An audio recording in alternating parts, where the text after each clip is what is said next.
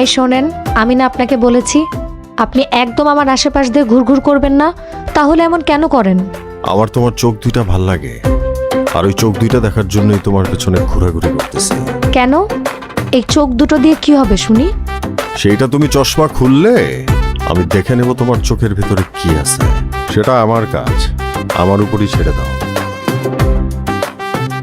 আপনি না অনেক বেশি বেশি করছেন। এরকম করলে কিন্তু আমি স্যারের কাছে গিয়ে কমপ্লেন করে দিব। তো গিয়ে করো না, মানা করছে কে তোমার?